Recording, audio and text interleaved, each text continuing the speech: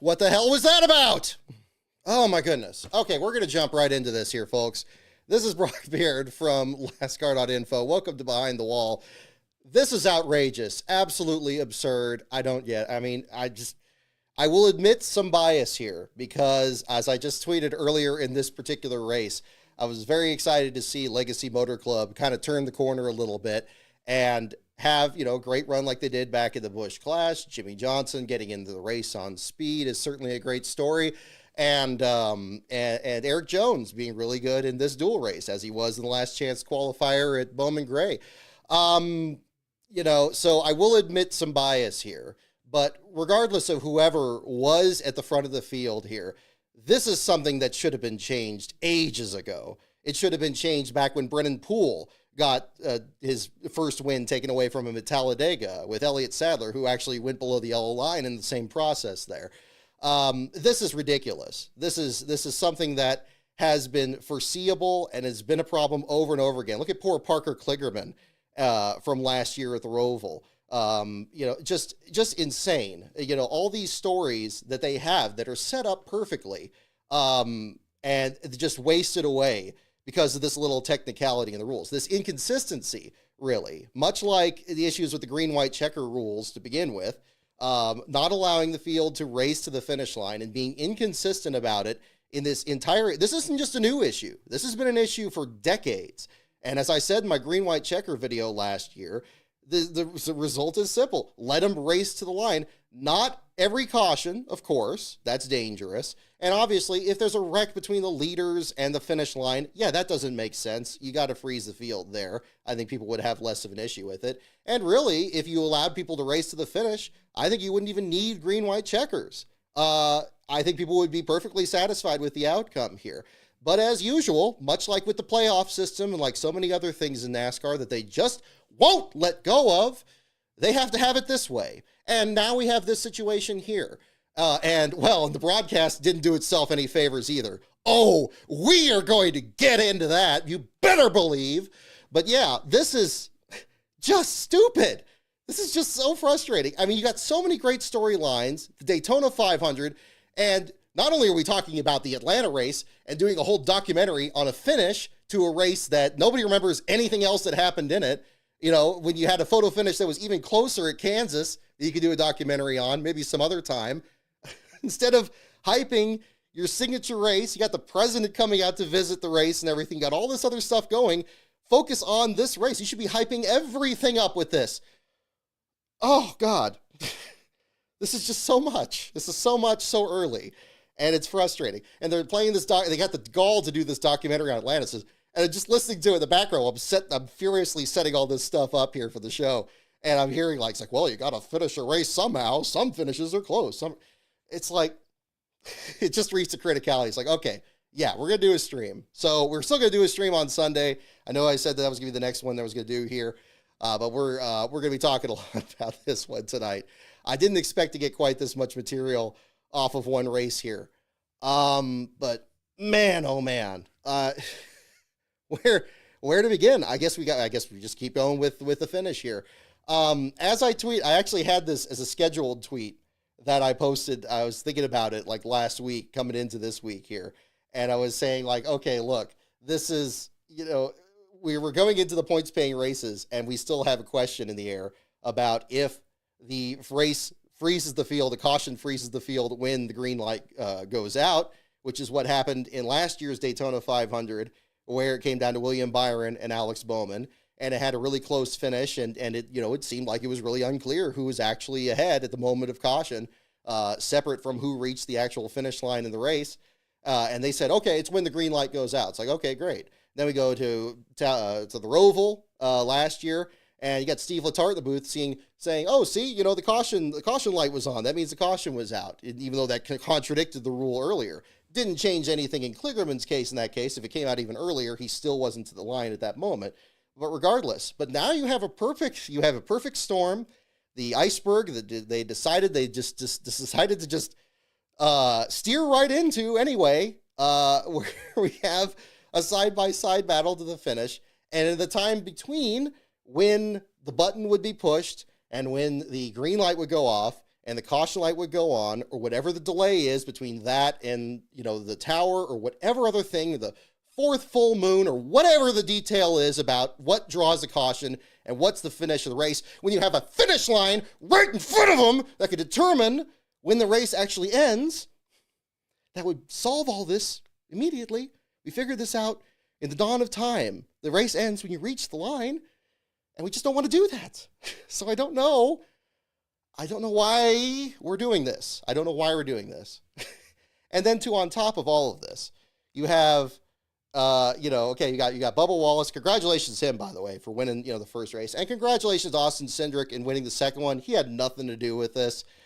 He put a great battle there to the finish. He's going to have another fantastic car, as he has since 2021.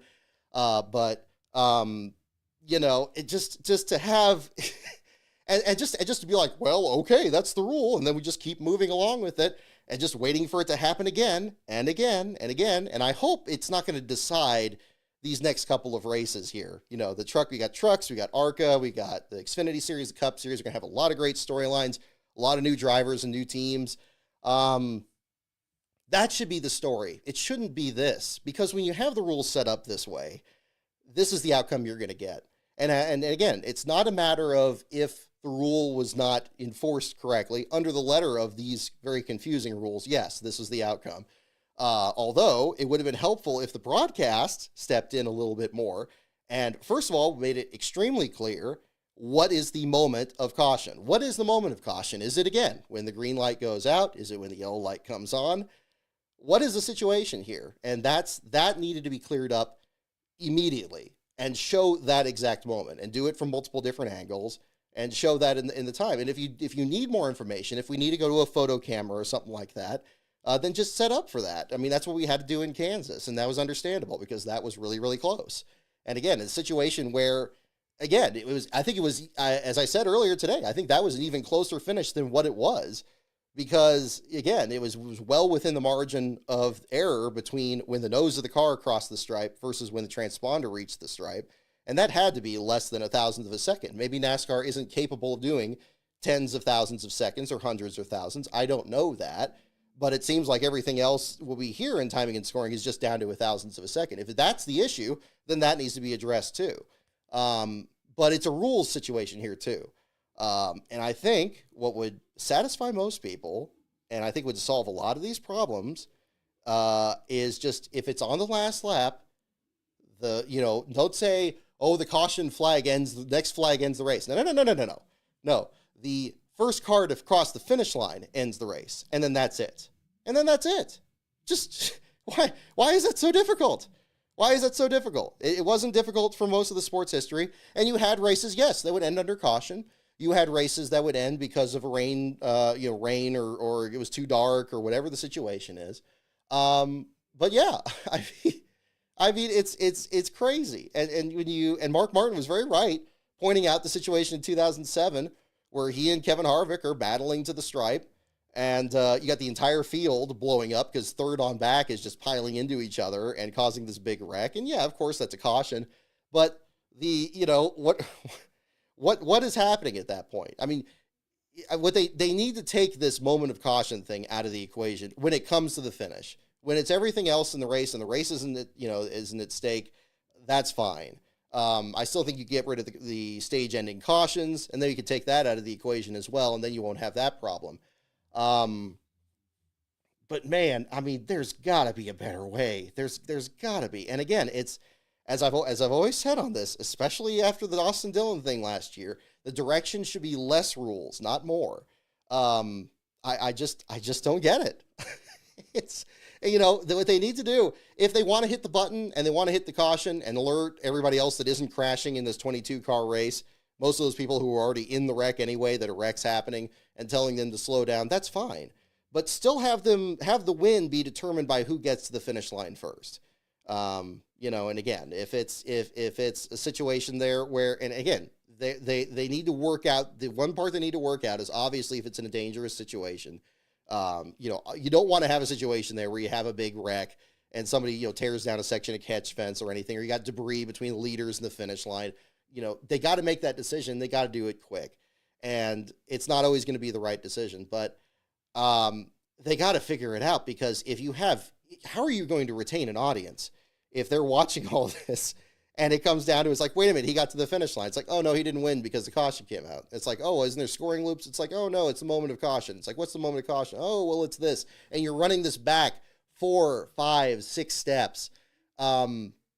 It's just maddening. It's maddening. And on top of it, it's enforced inconsistently, where, the booth can't even agree on what the moment of caution is. I'm going round and round on this, but you know what? It deserves to be, because I'm just beside myself. We almost had a situation here where, on top of everything else, I mean, you could have had, like, they're in the middle, the broadcast is in the middle of describing, like, okay, cool, the Petties of the Petty car, the 43, has won its first dual race since 1977. They're going down this road, and then it's like, oh well, it's a caution. Oh well, it's Austin Cindric, and just no commentary on it. It's just like, well, that's the rule, and here's this one camera angle, and here's this one look at the caution light, and that's it. Go home, everyone. Like, no. I mean, it's easy for me to say, sitting in this yellow chair at home versus being in that position too, but man, I mean, they got to be more on the ball here. And after everything in this broadcast, it was so lukewarm, and it pains me. It pains me to go into this, because I have, again, there's so much that Fox and Mike Joy and stuff have done for this sport that have made it what it is today. And you're seeing it in like 500 Days in 2001. But there's something internally there that just isn't working. And again, I still don't think it's Mike Joy. I still know that, there's people out there that are hardworking, that want to put on a good show as much as possible. But there's some inertia in the system somewhere that it's not making a good experience. Where's the chemistry between the people in the booth? Where's the urgency in these calls? Where's I mean, it got to the end of the race. I was like, Laspro and I were talking. It's like, okay, is it one driver that's going to transfer in, or is it two? And it's like, actually, I'm not sure. I'm kind of losing track of that. And there was no, what's going on? I mean, all the zooming in on the traffic and not being able to tell what's happening. It's so frustrating to have to come out this negative this early in the year. Because again, as I said during our Bowman Gray show just a couple of weeks ago, I'm coming into this year feeling very positive. And in spite of what a certain somebody was talking to me about on Twitter the other day, I came out of that experience very positive. I thought that was an enjoyable event. I thought that there were still some things, the sport can work on, or some decisions I think are, a bit sideways there. But I think in general, I think they put on a good show. It doesn't have to be, a wreck every lap and stuff. But this is just disappointing. And the solution is just right there in front of them. And they won't take it. Just put more cameras up. It'll be more of something else this next time.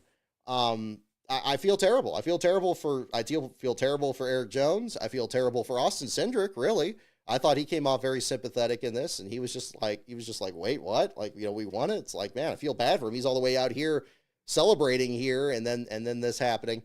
I'm concerned now. I am worried that, we're going to see more of this here in these next couple of races here. I hope I'm wrong. I hope we either get a clean finish, or the leaders are at least able to get to the stripe, and it's a safe race too on top of it. And I know it's not an easy decision. I know these drivers put their lives at stake, but that's where the consistency is so important.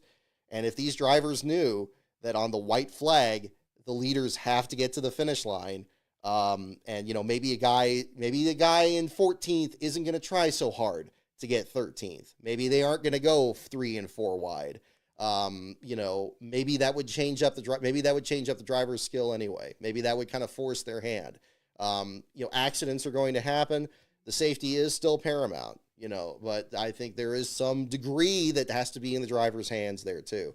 And it has to be in the officiating needs to be consistent. And when you have markers out there, if you got to restart in this zone, if you got to take the green flag, if the start and finish line is so critical in any other point, Not only the fact of, who's leading at which point, who's winning a stage or whatever, but now on top of this, now you got fastest lap bonuses earlier this year. The start finish line has never been more important, except for when the race ends, which is what the race is entirely about.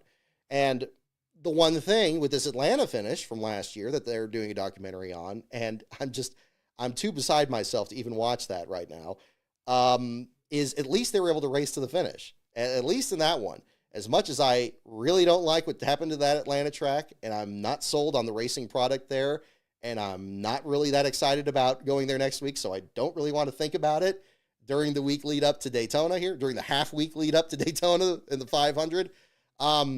Yeah, it's really frustrating. And then to have, and again, this dovetails right back again into the broadcast side of it. Where's the broadcast in all of this?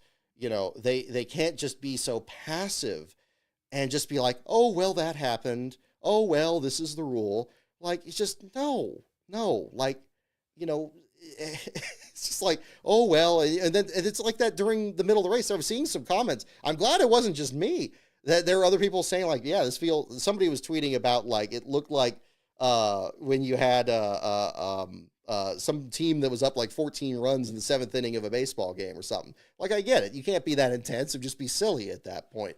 But when you got these sprint races, there's 60 lap sprint races, you got transfer positions at stake here, and it's so hard to determine what's happening because the camera's zoomed in or it's moving left and right. There's so many shots. What percentage of like this broadcast tonight do you just not tell what the hell is going on? Whether it's the reverse shot going into the tri-oval and then like one entire lane is blocked by the fence, they still hold the shot, or like the trick shot on the wall that just kind of moves with traffic, and while the traffic's swinging in one direction to the exit, you can't see anything else. Like, you do those little shots, those little trick shots here and there, but you don't do it every single camera position, every single lap, and then from the infield zoom in on one car at a time. That wreck that Helio Castroneves was in, I mean, look how long it took them to figure out what was happening. I mean, they're right there, and they don't know who's involved in the wreck. I mean, just pull the camera back, just pull it back. And you'd see that Justin Haley had a very serious impact on that and should have got just as much attention as Chandler Smith did in that one. Or the fact that Castroneves is trying to pull away, didn't know he had an issue with the toe link on the car, and then that snapped in the wall a second time. Look how long it took to figure that out. All of this just right there with all the cameras and all the technology and everything. And again, easy for me to say here, but I'm just seeing it here, and I'm like, I'm trying to piece it. I mean, I get the frustration. If all they're working with is what we're seeing on camera, no wonder they're missing what's happening there. But I'm sure they got more, that they could work with, other camera angles we're not seeing. It was just a perfect storm of a lot of things, and it's so unfortunate because I think on par, this was a superior duel race than we've had in the last couple of years. Even with this car, even with the super speedway racing and the concerns that we have with it, we had a mix of clean racing. We had wrecks. We had drivers trying to get in the transfer spot. We had J.G. Haley coming so close to transferring into it, unfortunately losing drafting help towards the end of it. And again, so a couple of surprising winners here as well. That's what the story should be about. It should be about these moments and what the starting lineup is. And I think the sanctioning body, first and foremost, and the broadcast, second of all, really underestimate how much a finish like the second duel here really detracts from the experience. It's really unfortunate. It's confusing to anybody that's watching it. I'm sure it's confusing to people in the stands, and it was even confusing to the drivers. And that should give you a pretty good indication that you're kind of on the wrong path here. That's what really needs to be. That's what needs to really be fixed. So that's too bad. It's at the end of the day, yeah, that's what the rule is. But that's, it needs to change. It needs to change. And I think common sense needs to prevail here. The worst thing they could do is just come up with some rule. I'm seeing some cool ideas. I'm kind of glancing at the chat here. There's some other good ideas here about AI or about, setting another line and saying, okay, past this line if a caution comes out, maybe. But I think, again, just to simplify everything, just make it Make it the finish line. Just tell the drivers and make this unbelievably clear to them that when when the white flag comes out, when the leader takes the white flag, when the leader crosses the stripe, and you can split hairs about when the caution comes out or whatever, all the way up to that moment. But the last lap is sacred. Okay, if you doubt that, look at the story of Dale Earnhardt. I mean, it's so important, and that's the one moment where everything is on the line, that the driver's focus is at its absolute highest, that everything is, the stakes could not be possibly higher, the drivers could not be driving possibly harder. You throw any kind of level of confusion in there that separates, that muddies the waters between just get to the line, just get to the finish line. It could be dangerous. It could be dangerous. And at the very least, it's controversial, and it's unnecessary controversy. If the caution, if this exact same scenario worked out and Jones and Cindric crossed the stripe and then they threw the caution flag the moment afterwards, we wouldn't be streaming tonight. I wouldn't be like, okay, cool. And you know what? In a typical race where, maybe that happens and you have a wreck late in the late stage race, and it's going to potentially be a situation where it's going to be a green, white checker. And if drivers are able to race to the finish line towards the end of the race there, but the race ends under caution, you're going to have fewer people have problem with it that way too.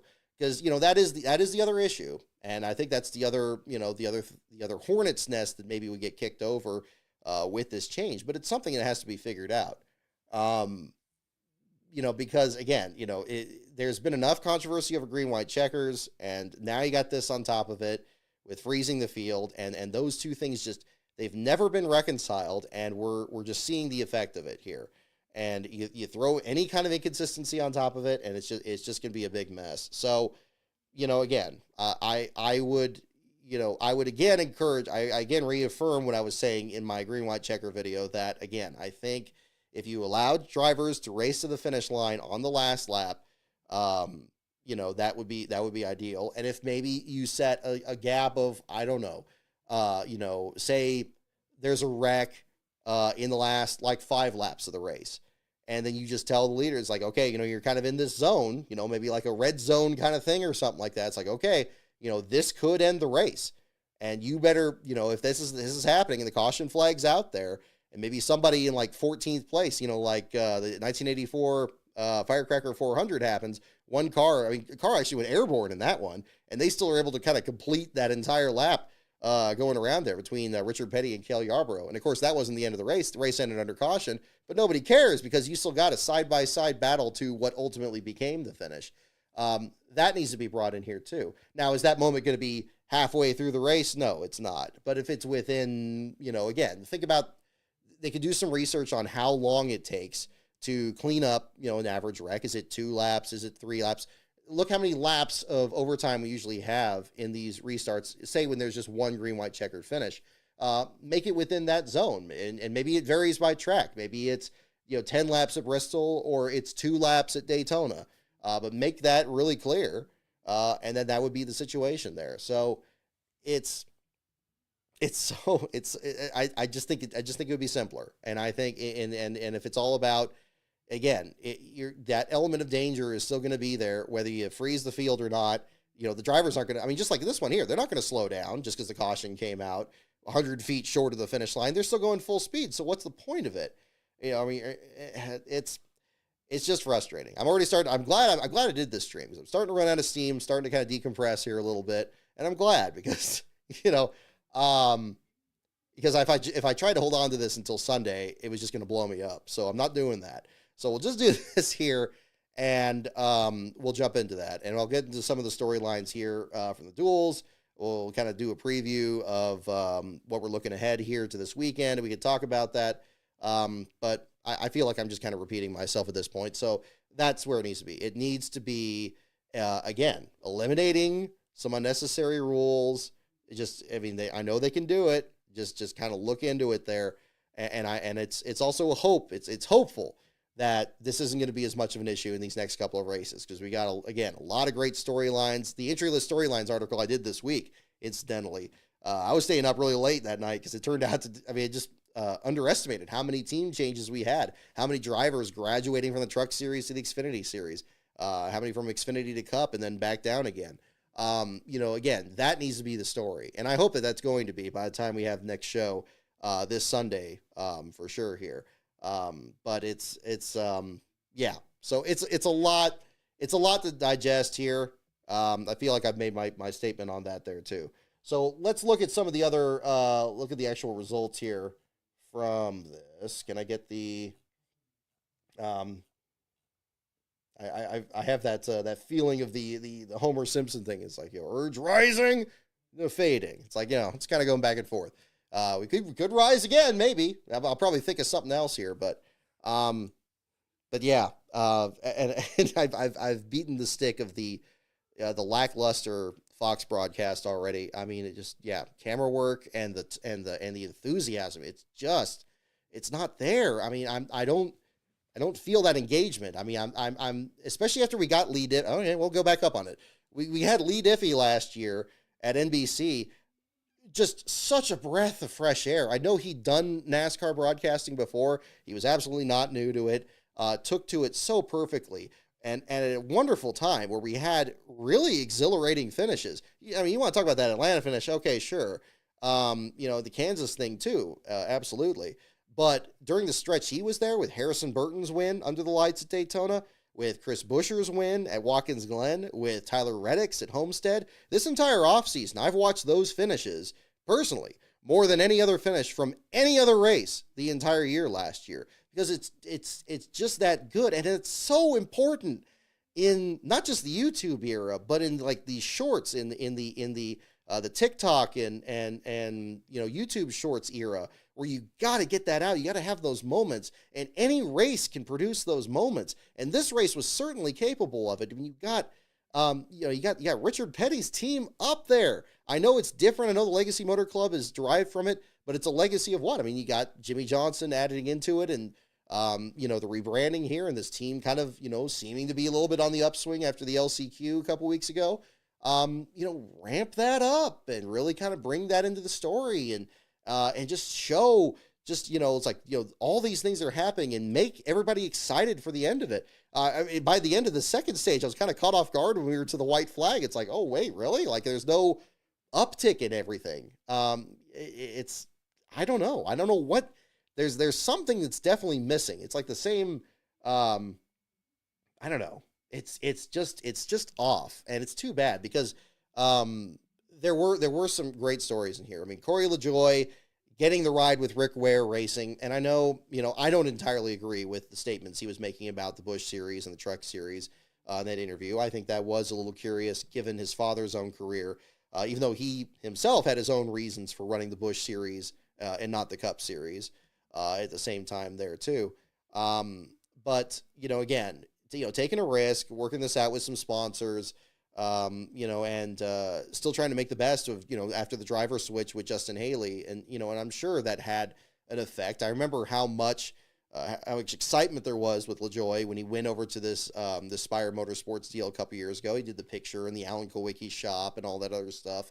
And, and I'm sure it's been deeply frustrating to them just how much they've struggled. I mean, it seems like I write about them most of the weeks in the Last Car articles. I don't blame him for being frustrated. These drivers reach that point at one moment or another, and I think it's the case there. So him getting out there, entering this other entry here as an open entry, the 0-1 car, incidentally, the only 0 number in the field, kind of interesting. You had a lot more of those when you had larger entry lists and so forth.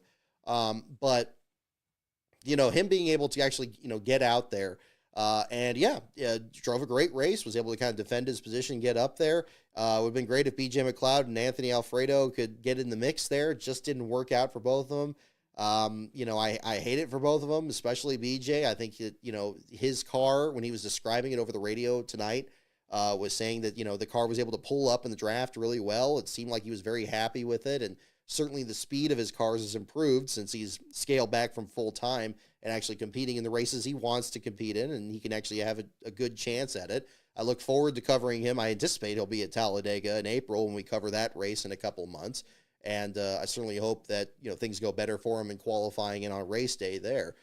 Same thing with JJ Yaley here too. And the Cohen effort, if things turn around in the other super speedway races, I would love if that became kind of part of our coverage from that, covering a great run for either of those teams. And then same deal with the junior motorsports one. I know it's still early here in figuring out what exactly the nature of it, but to their credit, probably easily the high point of tonight's broadcast was the interview with Justin Allgaier and Dale Earnhardt Jr. You can tell just how much it meant to the both of them. That is what the Daytona 500 and qualifying for the 500 through the duels is entirely about. Beautiful moment, surprisingly caught well. I'm glad they didn't drop the camera like they did during the Bubba Wallace deal there. A great interview there. You can tell it meant a lot to Junior. I haven't seen his post-race interviews yet. I've been hearing a lot on social media there, and I definitely got to check that out. They had Kelly there and everybody. I'm sure that's wonderfully exhilarating there. You got to know that Junior, from the moment when he came to the track there and watching the car unload and going through inspection and being there before the sun's even up, this is a moment of tremendous personal pride. And also for Allgaier as well. If you think about his career, he wins the Busch Series championship last year, or Xfinity championship, something he's been so close to winning over the years, has had one terrible break or another, including the spring race at Phoenix the same year where he had that race in his back pocket and then got wrecked out of it. Again, I'm not a fan of the championship format, but he found a way to make that work out, and win the title there. And then you think about why he's in the Xfinity series. The fact that he won the Cup Series and he struggled tremendously with the H. Scott Motorsports effort. The Brandt company has been behind him all the way, still sponsoring him in the majority of races this year, as in the past. I like the new orange peel paint scheme there. I like that they're showing other produce to kind of mix in with the agricultural theme on his scheme there. But now getting this deal to go back into the Cup Series, where since he left H. Scott, he's really continued to struggle. Even if he made a one-off, like with Spire at the Bristol Dirt Race, or when he was Jimmy Johnson's relief during COVID at Indianapolis, or anywhere else, he's just consistently found himself in the wrong place at the wrong time. Again, much like with LaJoie, it must be tremendously disheartening to have to go through that and to try to kind of rebuild your career in the Xfinity series. But he comes back out there and he gets in this car, and even at the end, this is another thing that Fox really slipped up on. They should have really emphasized this more. When Ty Dillon hit the outside wall on that last lap and that outside line stacked up, we could have very easily had a change in the transfer position right there, because Allgaier was in that line and he could have dropped out. And I can only imagine how Junior was feeling in that moment when Ty bounced off the wall, and just hoping that car hangs together and doesn't just lose control and create a big pileup. Happy for Ty Dillon too, by the way. My God, that's another guy. We'll get to him too. I want to give a lot of people their flowers here. I'm glad we did this stream tonight, actually, not just to rage at this, but there's so many positives from this, and I do want that to be the story going forward into the weekend here. But again, with Allgaier getting into this deal in a high pressure situation, absolutely, despite his history with JR Motorsports, despite, I'm sure, Junior going into this, trying to just take everything in and relaxing going into it, but then going into qualifying and not being one of the two drivers locked in on speed, that thought had to just get in their head, even for just one day between Wednesday night and this race just this evening here. The nerves must have been at an all-time high for that entire effort, and Stapleton and everybody that was invested in this program and trying to have the success. You're making merch and you're trying to hype this up and a great deal, and then to make it into the show, it means the world to him. And you don't need me to say it. You can see it in the broadcast there. I mean, it's wonderful that is coming across, and that they're in the show. It's well deserved. I guess we got to put an asterisk to a lot of this because we're still waiting for post-race inspection, but we'll see if that's going to be another situation there too. But tremendous effort and getting in there as an open team. It's a huge moment for him there too. And yes, I do want to go into Ty Dillon here too. Showed a lot of speed in qualifying. He made the top 10, right? He made the top 10 and got into the second round. I was kind of surprised how solid he was in the Clash. I know I'm mentioning the Clash a lot on the show here, but obviously it's about the only thing that we have in terms of any frame of reference for speed this year. It's tempting to throw it out. I know, talk with Last Bro about this. it was kind of the same situation where it's like, well, okay, I mean, does that really mean anything? It's such a weird race and it's on a short track. Well, I mean, I think it certainly means something to Chase Elliott, and leading as many laps as he did and looking as steady as he did, winning the pole, leading the most laps, fastest in practice. He's going to absolutely be a big deal in that too. Yeah, I think that was, I think that, I think it is something indicative of it. And I think Ty Dillon, you know, he got bounced around there and all that, much like his brother did during that race, but I thought handled himself well. I was hoping that things, you know, maybe something a little more would happen, because I remember back to 2022 and Ty making, you know, kind of being the Norm Benning of the inaugural LA Clash in the last chance qualifier. And he had to kind of bowl his way through the field there in the 42, getting into the show, and then getting a jumping the start penalty, and he gets kicked out of the race. And that was such a unfortunate situation, because you really need a guy like that to kind of, you know, energize the crowd and just kind of give everybody something to pull for in the main event. You hear about the stories of Tony Stewart congratulating Norm and thanking him for the efforts on that. And again, good luck to Norm tomorrow, right? We got Truck Series qualifying tomorrow as he attempts to make, it has to be, because tomorrow's the Truck Series race. On him attempting to make the Truck Series race there. Fingers crossed for him. He's got the same Henderson truck out there. But back to Ty Dillon. Him having a great run, very fast car in practice, fast car in qualifying. Comes out in this one, is right in the lead battle on the last lap of the race, was getting up there in the mix. Thankfully, hopefully that car's not too beat up. I know he had a pretty good hit to the wall in turn 3 going in there on the last lap, but did a masterful job saving it. I don't know how he did, especially with the toe link on these cars. He must have been absolutely fighting that thing off the corner. I would love to see, talk about the Legacy Motor Club redemption thing here with Eric Jones, Nemechek, and Johnson here. But the Ty Dillon redemption thing, I would love to see that too. I had the good fortune of working with myself and an art dealer. We're out visiting Ty at Phoenix a couple of years ago. That's where I presented a picture that I got kind of brought into it because he was driving the 42, and this artist was a big fan of the 3 Before February video, and kind of tied that in with Kenny Irwin running the number, and kind of that history in the sport. And yeah, a great young man, you know, really want to, you know, wish the best for him there. Obviously his brother has had the Daytona 500 win, and, you know, the controversy with Richmond last year, and kind of gets more of the headlines. Yeah, you know, hey, I'm a brother too. I'd love to see him do a great job, you know, in that effort too. And so hopefully that hangs on. That 10 car sometimes ends up being magic at Daytona. You think back to the fast white car with Johnny Benson. Is this going to be another story with that? It could well be. I was very excited for him. So hopefully that's going to be something that comes up there too. But yeah, I think that was really interesting. So I think we had some interesting situations there, and there was a lot of good. It's unfortunate that there was some bad, obviously, talking about the officiating thing first and foremost. The deal with Carl Long, I'm absolutely heartbroken for that team.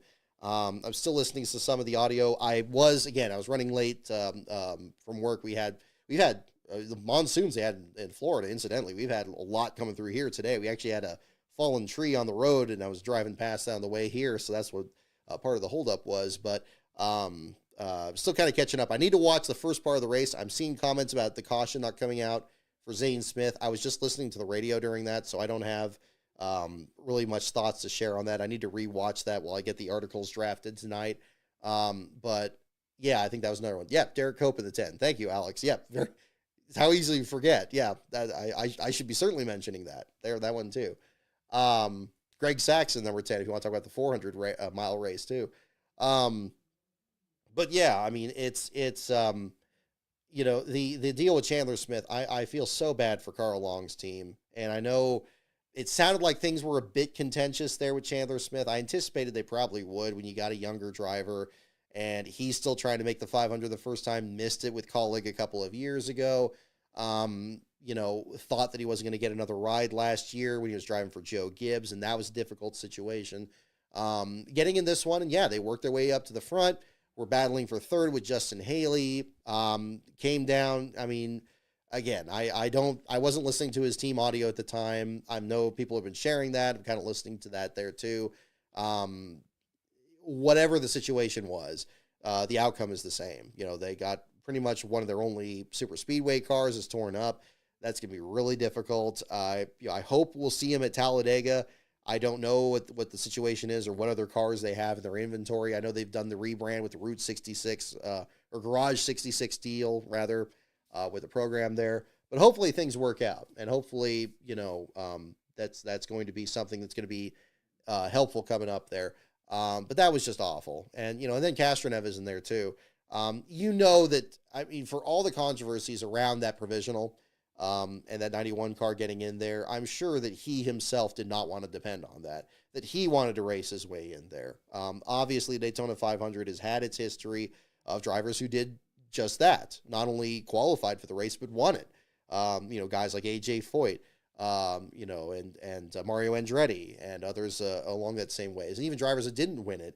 Back when you had the open wheel invasion, we had Jacques Villeneuve in the race just a few years ago. If we talk about Formula One ranks, Juan Pablo Montoya, other drivers in that discipline seeking their fortune in the sport there too, and he wants to kind of write his name, and I'm sure he would have loved to be in a situation where he could earn that spot, and unfortunately just got caught up in this incident. Perhaps just made kind of just a mistake, just an inexperience there. Car hooked itself into the outside wall, had that second wreck that finished the car off. We'll see what the situation is, if they're going to repair that car or go to a backup. It's unfortunate. It's unfortunate. And that was, and you're going to have that. I mean, in this sport, it is a brutal sport in a lot of ways. If we're talking about, losing races in brutal ways, it certainly can be very much the same. And drivers not even qualifying for the main event there. With the larger entry list, which I am happy to see, I'm happy to see a lot of teams, try their hand at it and have it be still uncertain who is going to actually make this field, knowing that, it was still surprising that Jimmy Johnson and Truex were the ones that were the fastest in qualifying. I was not really anticipating that. I was figuring Johnson was probably going to race his way in because he seemed at least close into it. But I know he's just at the same time, he's struggled in a lot of these races, especially not at the super speedways. Just as recently as last year at Phoenix, seen him be 26th, 27th on the track. I know it's difficult. But him getting closer to 700 starts, which we're anticipating is going to be the story in the Coke 600 this May, that's going to be the thing coming up there too. It's difficult. It's difficult. And again, that's another part of the story. These are the things that we should be talking about coming up here. So I'm going to hope that maybe in the long term, that a rule change will be something that's going to be considered, that maybe things are going to kind of turn around and actually try to, again, NASCAR kind of revisits their caution protocol. It's probably going to be optimistic to think about anything changing this season, never mind this week. But it should be on the list. I'm glad that there's been some progress, a lot. I'm glad that the crash clock has been reduced a lot. We haven't been able to see the effect of that fully yet. Certainly anybody that has any crash damage in the duels, the races are so short and people really don't want to wad up their cars anyway, that we're really not going to see the full effect of it that we saw tonight. But certainly in the 500 this Sunday, that's going to be something really interesting to see, and hopefully graphics of other cars, the It's Alive graphic, gets used a lot more. Hope you guys enjoyed the new graphics. I did make a very slight modification. They're pretty much the same ones from last year, but now I have an entire folder of the four main ones I do. The Out, the Last Change, the It's Alive, and the Last Change ones. Those are all updated. I guess behind the wall. I guess maybe it's 5. I don't know. It's a lot of them there. I had those all updated with the car numbers on there just to make it a little bit more fun on the social media posts. It just never really occurred to me to do it, and there were a couple of people suggesting it. So I'm glad I was able to kind of get some time there over this off season and kind of work with that. And I do have those for the trucks as well. So you will see those in the Truck Series race tomorrow night at the same time. So that's going to be really exciting. Dirty Def. Yeah, mentioning Haley not practicing with McDowell on Wednesday there before qualifying, and then getting wiped out in the wreck while racing for third. It's unfortunate. I mean, again, it's these teams always try different strategies. It seems like running less practice is, I mean, you don't want to be too conservative. Think about in 500 days in one of the first episodes. I guess it was in episode 2, really. where you track the story of Dale Jarrett, how he had been so dominant in 2000 and probably went into 2001 looking to win it back to back and really feeling he had a realistic chance at it with his new sponsor. Ultimately, from the latest episode in Martinsville, and thank you again for those of you that tuned into the premiere and have shared the video as well. I appreciate it. But the spring Martinsville race there was another part of, his very strong start to that season. But at Daytona, he really wasn't a factor. He was very conservative, didn't want to run many practice laps, didn't want to be out there that much. Team just being very protective of that car. He got in an incident in the duels. They had to fix the car completely anyway. And then getting in the 500 and then being at the tail end of the field. And you had a big wreck there at the same time. It ultimately didn't work out. And that's kind of like what we saw with Justin Haley here. So that's going to be kind of a difficult situation they find themselves in. So, it kind of was reminiscent of that at the same time. Speaking of history at the same time, congratulations to Chase Briscoe on winning the pole for the 500, pulled into the garage early. In this one here, whether I don't know if it was whether he parked deliberately. I was hearing that it was a mechanical issue. But regardless, one way or the other, I'm sure he's happy the car's in one piece. You certainly think of Ken Schrader being wrecked down the last lap of his duel, or other cars that were very fast in qualifying getting torn up. And believe me, we still saw fast cars get tore up in this deal here. But for Briscoe to get now the third straight pole for the number 19 team at Joe Gibbs Racing, along with the last two that Truex had last year at Martinsville and Phoenix, that's got to be wonderful for him. And Briscoe's another driver, and I've said it outright on this show. I've been kind of disappointed in his performance at Stewart-Haas Racing. I really expected after his outstanding Xfinity campaign in 2020, when he was battling, Kyle Busch and winning and beating him in a very emotional win at Darlington, that I expected him to really take off in 2021 and then into the transition into the new car. And although he has won a couple times, including a very gutsy win at Darlington last year with that team shutting down the Stewart-Haas effort, we haven't really seen that yet out of him in the Cup Series on a consistent basis. But maybe we're going to start seeing that this year, and maybe the 19 team is just that last piece, much like we've seen out of Ty Dillon in the number 10 car here in these first few days. So that's going to be something that's going to be really exciting. I'm going to be interested to see, of course, where everybody finishes in this, and I think the last place finisher is going to be very much up in the air. I mean, who knows? But we got a lot of hoops to jump through before that. We got practice, last couple of practices for the Cup Series coming up here. We got Truck Series qualifying in the race, and so forth. And I'm seeing some comments about this as well, about speed weeks being shortened. I'm of two minds about this at the same time too. Because we definitely need to have more practice. We need to have more practice for the Cup Series. I'm glad they've loosened that a little bit. And so we got a couple of more here. NASCAR really needs to embrace practice a lot more. We saw the benefits of this on Wednesday, where you had a lot of drivers, the Roush Fenway Keselowski teams, for example, having power steering issues. Christopher Bell had to get a power steering pump changed on his car. Other things that had to get figured out that you can only figure out in practice. Starting the year off in qualifying and having Travis Pastrana or whatever, having to practice stopping in pit stalls in the parking lot because you don't have a practice session out there is just absurd. You need, especially when you have newcomers out there, and especially if we're going to create this situation now where you have drivers with very, very little experience in these cars attempting these races. Practice is important anywhere. And practice is something that fans enjoy too. I mean, whether you're actively watching it and trying to see who's going to be fastest and listening to the scanner and kind of getting a taste of what you're going to get on Sunday or Saturday, if you're talking about a lower division race there, or it's just something in the background while you're browsing the midway or enjoying the facilities there. I mean, there should be cars on track as many times as possible, I would think, on an average race weekend. And that's where it's at its best. It's one of the reasons we're doing Rockingham instead of Texas here. Would thought about actually doing all three between Rockingham, Talladega, and Texas. I don't quite have enough vacation hours to make that work. But otherwise we would. You really consider it.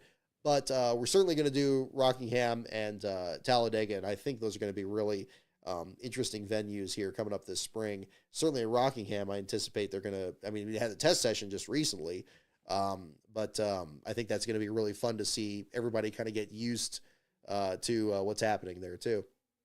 But yeah, I like what Dale Jr. said about practice. And Ben, I see you bringing this up here too. about the concept of practice not being necessary. I like that Junior stepped in, and I mean, again, I stand by my statement of him being this generation's Neil Bonnet in terms of being just such a great fixture for just the soul of the sport, on top of his own tremendous accomplishments in the sport there too. Much like, and then of course him doing the podcast, just like Neil Bonnet did Winners, him stepping in there and saying, look, if you want to practice, you practice. If you don't want to practice, you can stay in the garage. You have that choice. And indeed, we did see that out of two of the Spire teams. What's wrong with that? And again, I've always had the same feeling about the small teams. It's like, okay, look, if you got 6 open teams for 4 spots, well, you're gonna get the fastest of the 2 of that group. They're gonna make the show. And if they did qualify in there, that they've deserved those spots. Yes, I can see that the rule of this 41st spot is kind of muddied waters there, but it's still, I think, a relevant angle there. So I appreciate that being brought up there. Chris Avramov, we're going to be driving on the trip here to both Rockingham and Talladega. A bit of a drive here from Northern California, but Last Bro says he is ready to do it. He's actually done some coast-to-coast trips here before. I'm definitely planning on helping him out, though, because I know that we don't want to get him too exhausted out there. But he says he's on board, so that's what we're doing, and that's going to be the plan on that. So, and we'll be doing the door magnets and everything else. Plan on doing actually separate magnets for both Rockingham and Talladega. More on that when we get closer. By the way, big thanks to everybody. We've had some new members join the Patreon. Patreon.com/LastCarOnBrock. We've had some new content in there. You get a preview of the format I'm working on for the starting grid has already been posted in there. There's also actually there's a new video that's coming to I think it's going to my 3rd channel. I have a new 3rd channel video that's in there. That's actually some old footage, not NASCAR related, but a related subject to one of my other videos. So if you're interested in that, that's available in there. For members $5 and up. But also, I expanded the Last Car archives this past week. Had a big load of videos. I think it was 19 videos. We weren't quite 20 videos. But 19 videos for my own collection of things I recorded from Daytona testing, practice, qualifying. This back during the BSGN era. So you will see those exactly as I saw them back when I was doing the starting grids, starting out with that. They're all from about 2009 to 2014. I don't have 2012, unfortunately. I got some requests on that. That was kind of an off year for me, so I don't have any footage from that. But most of the other years in there are represented. So if you're interested in that, check out the Last Car archives, and you have something that you can watch in between all the practice and qualifying and action that we're going to be seeing here in the next few days. And there's going to be other footage that's going to be uploaded through this year, first in the Patreon, and then eventually posted in the Last Car archives through the rest of this year. I've already scheduled the posts in the Patreon between now and late October. So if you're in the Patreon, make sure to use your access, because you'll get access to some other content there that's very fun as well. This on top of the produced content that I'm working on. I'm hoping to actually kind of record a script for my next big video here. Maybe not. I don't know if we'll see about this weekend. I still got to do the starting grid. That's the first priority here. But if we have any other time here, maybe over the holiday break here on Monday, we'll see about getting things going there and getting a better idea about what's coming up next on this channel here. So, again, I'm glad I did this stream. I'm glad we at least got this started here. I think that's a lot of kind of where I want to kind of go with this here. We're coming up to about the top of the hour here. So we'll probably wrap up here on this. I think that hopefully that rule gets re-examined. It needs to. I've already said enough about that. But I do think that there's a lot of really interesting stories. And this is just on the Cup Series side. We still got to see what's going on in ARCA, Trucks, and Xfinity. Congratulations to Brayton Laster for qualifying for the ARCA race. I know that was set by the rule book because he had the big storm that rolled through there. But he's so excited and, tremendous individual. I got to meet him at Kansas last year, and that was great. So congratulations to him if you're watching. And that's going to be one of the races we'll be watching on Saturday, right? We got that in the Xfinity race. There's a lot to be excited about. So I want to end this on a positive note here, in spite of the craziness of what happened at the beginning of this. Again, there's a lot, and I'm sure Eric Jones is going to be very hungry going for that 500. How about getting the 43, its first 500 wins since 1981? I guess Bubba Wallace got very close to winning in that car a couple years ago. And Eric Almirola won the 400-mile race, but, well, then, yeah, then Richard won the 484. I mean, there's other years you can trace back to there. But it's going to be one of the other stories. But I think my fantasy pick is still Ryan Preece. I know he had a bit of a scare before the start of the duels tonight with the flames coming out of the car, but looked like he had a good piece out there, got shaken out at the end. Last bro picked Stenhouse because he's curious about the Hayek Motorsports deal and how it's going to help the 47 team out there. So those are going to be kind of the drivers we'll be watching. But yeah, that's going to be something else to look at. Oh, how to get a Wave energy drink. That was an empty can I had from back in 2009. I actually bought, I think it was a 6-pack of it, and they shipped by mail because you couldn't find it in stores anywhere. I don't know where they ever sold it. But back then, and like those teams there, I always love to support these small teams whenever I can. And I remembered the sell more cases, run more races thing from Boris Said and the Sobe No Fear drink. And I thought that was pretty good. The Wave energy drink, you didn't miss anything. It's not very good. If there's one that should come back, it would be that 24 energy drink that Jeff Gordon had in 2007. That was like an orange tangerine thing. Oh, it's so good. If they just made that a soda, like I don't really do energy drinks anymore. So but I would love it if they just had that as just like a regular drink with just that flavor. That would have been wonderful. But yeah, Wave energy drink was kind of like cough syrup. I don't think it was very good. So that's probably why it didn't last. But I love the paint schemes, especially Mike Bliss's in 2010. I think that was my favorite version of it on the Chevy. It looked so good. But yeah, unfortunately not a very good one. I wish I could have tried Radioactive energy drink that was sponsoring Johnny Sauter. He had the 70 car, but I never tried that one either. But again, that was just a crazy time when everybody was making them.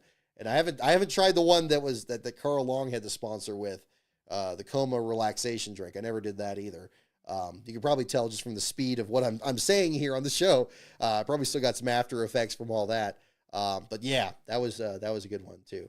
But we'll talk about much more about this on Sunday here after the 500. That will be our next show. So in the meantime, again, thank you so much for tuning in to this special kind of crazy show. I don't know what this is going to look like on camera after the end of this. But it is what it is. I'm glad we had this little time together, and I appreciate you tuning in. So again, in the meantime, the website is lastcar.info. Articles coming later tonight or first part of tomorrow on both the dual races tonight and Truck Series Xfinity and Cup coming through the weekend.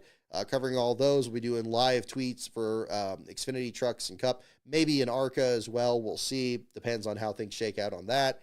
Yeah, our next show is going to be this Sunday after the Daytona 500, about 15 or 20 minutes after the checkered flag. We'll be right back here on Behind the Wall. We'll talk about all the action between tonight and then. So in the meantime, have a wonderful weekend. Have a happy Speed Weeks. I'm still feeling positive coming into this. This was an unfortunate hiccup tonight, but I'm still feeling very positive about this. I'm very excited about what's coming up here. I think you should be excited as well. I hope you are, because man, I think we got some really interesting stories that are just waiting to play out here. And I hope the weather cooperates. I'm hearing mixed signals about that. One can only hope. So we'll find out. So we'll see you again on Sunday, and we will do our Daytona 500 show. Until then, have a wonderful evening.